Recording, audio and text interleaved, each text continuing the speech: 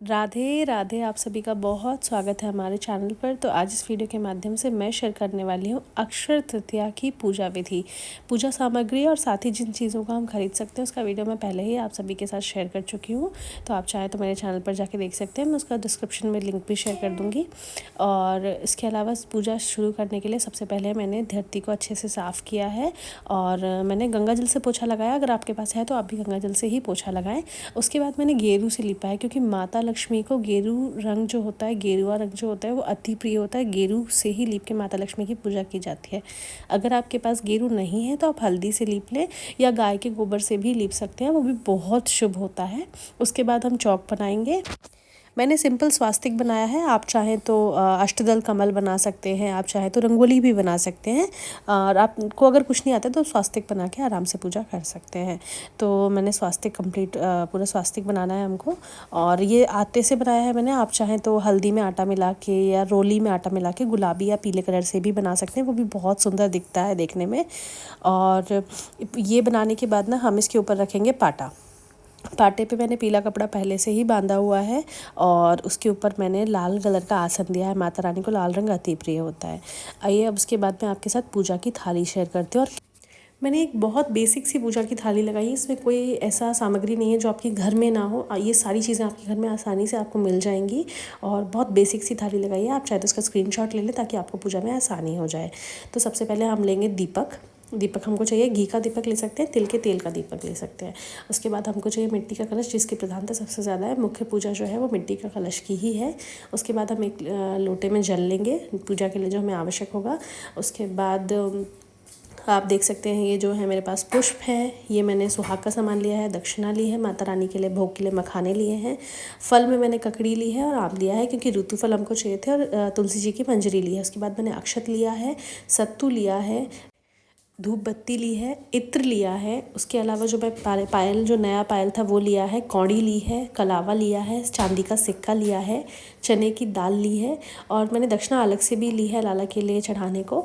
उसके बाद हमने यहाँ पे चने लिए हैं भीगे हुए, और मैंने 2 जगह दक्षिणा ली है, आप चाहें तो एक ही जगह दक्षिणा लें। और उसके बाद मैंने खीप ली है, जिसमें मेरा चंदन, चावल, रोली और अबीर सारा सामान रहता है। ये बेसिक। और गरुड़ जी हमने लिए हैं क्योंकि आरती के समय हमें गरुड़ जी की आवश्यकता पड़ेगी। उसके अलावा मैंने गणेश जी पर अर्पित करने के लिए दूबा ली है, क्योंकि हम गौरी गणेश जी के पूजन करेंगे। और ये मैंने थाली तैयार की है जिसमें मैं लाला को स्नान कराने वाली हूँ। तो इसमें मैंने चंदन से स्वास्तिक बनाया है। उसके अलावा देखिए ये मैंने पाटा तैयार कर लिया। सबसे पहले मैंने दाल से आसन दिया है जिसमें मैं कलश विराजूंगी। चने की दाल बहुत शुभ मानी जाती है, इसलिए मैंने चने की दाल से आसन लिया। अगर आपके पास चने की दाल नहीं है तो आप अक्षत से भी आसन दे सकते हैं। फिर मैंने दीप देव को आसन दिया है, बीच में मैंने लाला के लिए आसन दिया है, और साइड में मैंने गौरी गणेश जी के लिए अर्थात लक्ष्मी जी और गणेश जी के लिए आसन दिया है। और ये देखिए मैंने सभी को अपने अपने जगह पर विराज दिया है। और सबसे पहले हम कराएंगे लाला को स्नान, उसके बाद हम पूरी पूजा स्टार्ट करेंगे। तो सबसे पहले हम लाला को थाली में विराजेंगे, थोड़ा सा अक्षत और थोड़े से पुष्प का आसन देंगे। पहले मैंने शुद्ध जल से स्नान कराया, उसके बाद हम उनको गंधोदक स्नान कराएंगे। गंधोदक स्नान कराने के लिए आपको चाहिए जल और थोड़ा सा जो चंदन होता है ना, केसर युक्त चंदन जो होता है। अगर केसर युक्त चंदन नहीं तो आप केसर के धागे को भिगोकर भी मिक्स कर सकते हैं वो वाला जल। मैंने केसर युक्त चंदन लिया, थोड़ी सी रोली, और इससे मैंने स्नान कराया। आप चाहें तो पंचामृत से भी आज के दिन लाला को स्नान करा सकते हैं, वो भी बहुत शुभ होता है। और उसके तत्पश्चात मैंने लाला को शुद्ध जल से स्नान कराया और उनका अंग पोषण किया। आप जब भी किसी मूर्ति को स्नान कराएं ना, लाला को या किन्हीं भी देवी देवता की मूर्ति को स्नान कराएं, उनका अंग पोषण ज़रूर करें, मतलब उनको पोछ ज़रूर दें अच्छे से, मूर्तियाँ काली नहीं पड़ते हैं इससे। और ये जो लाला का चरणामृत है ना, इसको मैं अपने सर मस्तक से लगाना है, अपने नेत्रों से लगाना है। उसके बाद इसको किसी भी पेड़ में आप डाल सकते हैं। उसके बाद मैं लाला को चंदन का लेप लगाऊंगी।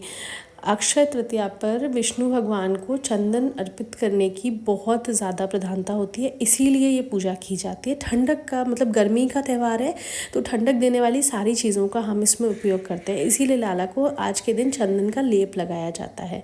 मैं लाला को पूरे में चंदन का लेप लगाऊंगी और उनके चेहरे पे भी लेप लगाऊंगी। मस्तक पर चंदन लगाना बिल्कुल भी ना भूलें। और अगर उनके आँख में जा रहा है ना तो उस चीज़ का विशेष ध्यान रखें। जैसे मेरे अभी आपने देखा मैंने पोंछ दिया, तो अच्छे से चंदन लगाएंगे। उसके बाद हम लाला को लंगोटी पहनाएंगे।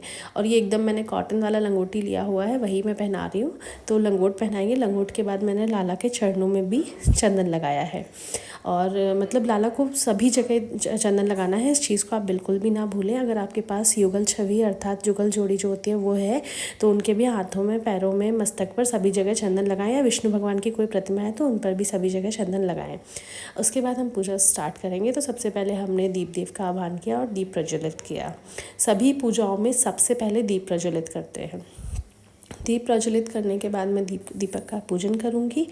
इसमें हल्दी, रोली, चंदन, चावल, चंदन सभी को अर्पित करना है क्योंकि इस पूजा में चंदन की प्रधानता बहुत ज़्यादा है। उसके अलावा मैं जलाऊंगी धूप बत्ती, क्योंकि सबसे छोटी पूजा जो होती है वो पंच उपचार के साथ होती है। धूप, दीप, पुष्प, गंध, नैवेद्य, तो इनसे हम पूजा करेंगे। और आप चाहे तो ये दीपक जो है ना, आप ये लाला को स्नान करवाने से पहले भी प्रज्वलित कर सकते हैं। ये सिर्फ एक डेमो वीडियो था इसलिए मैंने नहीं जलाया था। आप चाहे तो सबसे पहले दीप देव को भी आह्वान करके फिर पूजा स्टार्ट कर सकते हैं। मैंने पहले लाला को स्नान करा लिया था, उसके बाद मैंने दीपक जलाया। तो दीपक जलाया मैंने, उसके बाद हमने जलाया धूप बत्ती। और इसके बाद हम सभी देवी देवताओं का आह्वान करेंगे। हमें सबसे पहले दीप देव का आह्वान करना है कि वो आएँ और हमारी इस पूजा को स्वीकार करें। और पंचदेव का भी हमें आह्वान करना बिल्कुल नहीं भूलना है। गौरी गणेश जी का आह्वान हमें करना है। सभी अपने इष्ट देव का, अपने कुल देव का, अपने गुरुदेव का, अपने सभी देवी देवताओं का आपको आह्वान करना है। उसके बाद हम सर्वप्रथम गणेश जी का और गौरी जी का पूजन करेंगे। हल्दी, रोली, चंदन, चावल से, अगर आपके पास मूर्ति है तो आप स्नान भी करा सकते हैं। मैंने कूसा से सभी को भाव का स्नान कराया था, पर वो वीडियो ना शायद शूट नहीं हुआ, उसके लिए मैं बहुत बहुत क्षमा चाहती हूँ। अभी जब मैं एडिटिंग कर रही हूँ तब मुझे पता चला कि वो वीडियो में से स्किप हो गया। उसके बाद हम सभी को पुष्प अर्पित करेंगे और पुष्प अर्पित करने के बाद हम लाला को विराजमान करेंगे। और लाला को देखिए मैंने पूरे में चंदन लगा दिया है। चंदन अभी सूखा नहीं है इसलिए मैंने और कोई श्रृंगार नहीं किया, सिर्फ मैंने लाला को हाय पहनाया है और बंसी दिया है। और फिर उसके बाद हम सभी का पूजन करेंगे। पूजन करने के बाद हम सभी को कलावा रूपी वस्त्र अर्पित करेंगे, क्योंकि वस्त्र की महत्वता बहुत ज़्यादा होती है। अगर आप अक्षय तृतीया के दिन ना आप लाला के लिए नए वस्त्र, अगर आप ठाकुर जी रखते हैं तो नए वस्त्र ज़रूर लेके आएँ। मैं भी आज गई थी मार्केट, तो नए वस्त्र उनके लिए लेके आई हूँ, नए कंगन लेके आई हूँ। और उसके अलावा फिर हम सभी पर जो है कलावा अर्पित करेंगे। दीप देव को भी हमें कलावा ज़रूर देना है, इस चीज़ को बिल्कुल भी ना भूलें। हमें गौरी जी को भी और गणेश जी को भी, अर्थात लक्ष्मी जी को भी और गणेश जी को भी, सभी को कलावा देना है। उसके बाद हमें लाला को भी कलावा देना है। सभी पे कलावा अर्पित करने के बाद हम गणेश जी पे ना जनेऊ चढ़ाएंगे। आप चाहें तो लाला को भी जनेऊ चढ़ा दें। मैं लाला को जनेऊ नहीं पहनाती क्योंकि वो बाल रूप है और मैं उनको इसलिए जनेऊ रोज़ नहीं पहनाती। कोई विशेष पूजा होती है तो मैं चढ़ा देती हूँ, बट आज मैंने नहीं चढ़ाया। उसके बाद जो हम सिक्का लाए हैं ना, हम उस सिक्के में लक्ष्मी जी, गणेश जी हैं, उनका भी पूजन करेंगे। क्योंकि अगर आप कोई सिक्का लेके आए हैं तो आप उसकी पूजा ज़रूर करें।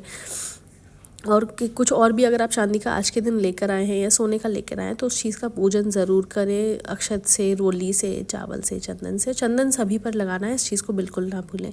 उसके बाद जो हम मिट्टी का कलश लाए थे, इस पर मैंने स्वास्तिक बनाया है और कलावा लपेटा है और कंठ तक इसको पानी से, शुद्ध जल से भर दिया है। इसके जल में हमें कुछ डालना नहीं है क्योंकि ये पीने वाला पानी है, मतलब इसमें हल्दी, सुपारी ऐसा कुछ नहीं डालना है।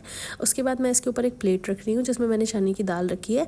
आप चाहें तो डायरेक्ट इसके ऊपर फल रख सकते हैं, पर मैंने उसको थोड़ा आसन देना ठीक समझा, इसलिए हमने उसके ऊपर आसन रखा है। और फिर मैंने रखा है ये आम, कोई भी ऋतुफल आप रख सकते हैं, आम, खरबूजा, तरबूज। तरबूज काफ़ी बड़ा हो जाएगा इसलिए आम अच्छा है, आम मैंने रखा है। उसके ऊपर मैंने ककड़ी, मुझे मिल गई थी तो ककड़ी मैंने रखी। फिर मैंने लाला को और पुष्प चढ़ाया, मैंने कलश को भी पुष्प अर्पित किया। सभी को हम पुष्प अर्पित करेंगे। कलावा हम सभी पर चढ़ा चुके हैं।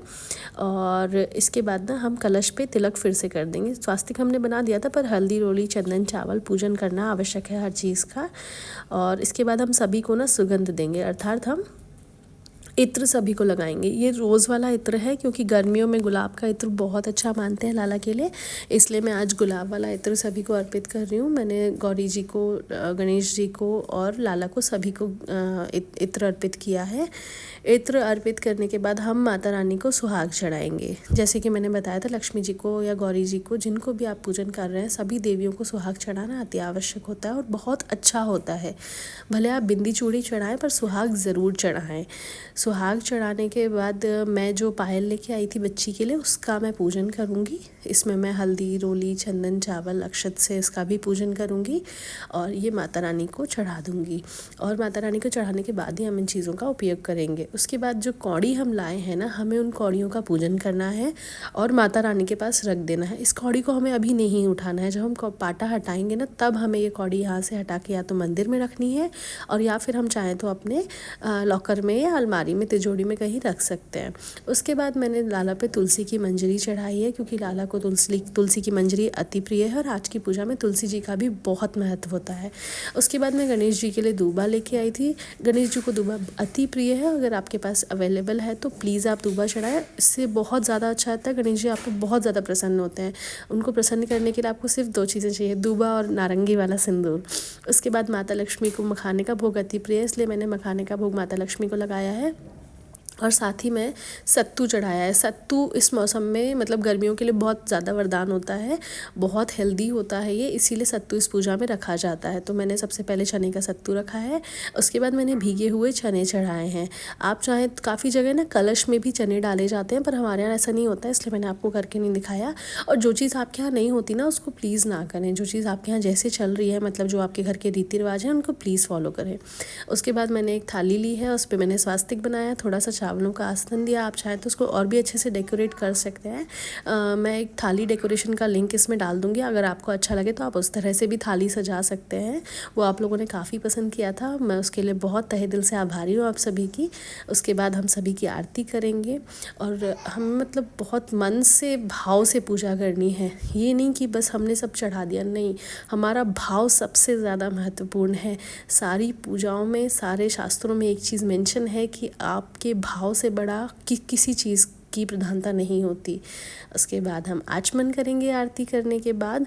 और ये देखिए, मैंने पुष्प भी आरती पे रख दिया और हाथ जोड़ के हमें प्रभु से विनती करनी है कि हे प्रभु, हमने आज जो पूजा की है, आशा है आप सभी इस पूजा को स्वीकार करें। हमसे अगर कोई भी भूल चूक हुई हो, कोई भी गलती हुई हो, तो हमें क्षमा करें, हम आपके बच्चे हैं।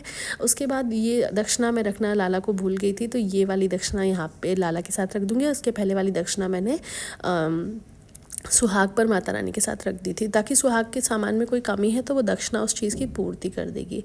और हाथ जोड़ के सभी देवी देवताओं से आपकी पूजा में सम्मिलित होने के लिए आपको शुक्रिया अदा करना है। उसके बाद सभी के चरण छूने हैं, आरती लेना है और अपने जो भी पूजा आप कर रहे हैं ना, अपने पूरे परिवार के साथ करें, तभी आप उस पूजा का ना पूरा आनंद उठा पाएंगे। मतलब पूजा पाठ जो है ना, वो घर में एकता के लिए ही होता है, ताकि हम सब एक रहें। तो ये जो भी पूजा आप करते हैं ना, अपने बच्चों के साथ, अपने माता पिता के साथ, सास ससुर के साथ, पति के साथ, अगर सिर्फ हस्बैंड वाइफ रहते हैं तो साथ में पूजा करें। इस चीज़ से ना हमारे बच्चे भी सीखते हैं। और वीडियो अच्छा लगा है तो प्लीज़ लाइक करें। राधे राधे, जय श्री